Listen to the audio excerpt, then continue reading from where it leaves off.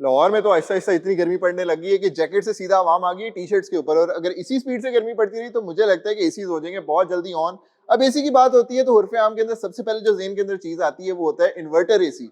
इसका बेसिक मकसद आप लोगों को यही पता होगा कि ये पैसे ज्यादा बचाता है, लेकिन एक्चुअल में इसके अलावा भी बहुत सारा फर्क होता है जो मैं आज आपको एक्सप्लेन करता हूँ 1 मिनट में। तो एसी चाहे गाड़ी का हो या आपके घर के अंदर लगा हो, बहुत मेन पार्ट होता है उसका एक कंप्रेसर, और कंप्रेसर की स्पीड के ऊपर बेसिकली डिपेंड करता है कि इन्वर्टर है कि नॉन इन्वर्टर।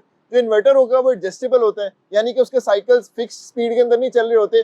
जब टेम्परेचर मेंटेन हो गया कंप्रेसर स्लो डाउन कर जाता है और बिजली बचती है। दूसरी चीज टेम्परेचर कंट्रोल। अब चूंकि कंप्रेसर चल रहा है फुल स्पीड के ऊपर तो उसकी वजह से होता है कि टेम्परेचर यहाँ तो बहुत ही ठंडा हो जाता है, और जब टेम्परेचर मैच होता है तो एकदम एसी ऑफ होता है। और अगर आपके पास भी पुराने एसी तो आपको एक आवाज भी आती होगी कंप्रेसर से बहुत जोर जोर की कि अब बंद हो गया है। इन्वर्टर में दूसरा केस है कि टेम्परेचर मेंटेन ज्यादा आसानी से रहता है, क्योंकि कंप्रेसर जो है वो स्लो काम करेगा, टेम्परेचर मेंटेन रखेगा, यानी कि ऑफ भी नहीं होगा और बहुत ज्यादा ठंडा भी नहीं करेगा। फिर आता है नॉइज लेवल का फर्क। अगर आपके घर में पुराने एसी है तो आपको आइडिया होगा कि उसको ऑन करके एकदम पूरे घर के अंदर गूंज शुरू हो जाती है उसके कंप्रेसर की कि अब एसी ऑन हो गया है। नॉन इन्वर्टर एसी का एक यही मसला है, लेकिन अगर आपके पास इन्वर्टर एसी है तो आप उसको ऑन करेंगे और पता भी नहीं चलता कि उसका ऊपर वाला जो आउटडोर यूनिट है वो चल भी रहा है कि नहीं चल रहा। लेकिन एट द एंड बात होती है सारी पैसे की। इन्वर्टर एसी आपको शुरू के अंदर महंगी मिलती है, यानी कि अप फ्रंट कॉस्ट ज्यादा होती है लेकिन रनिंग कॉस्ट कम होती है क्योंकि टेक्नोलॉजी मॉडर्न है।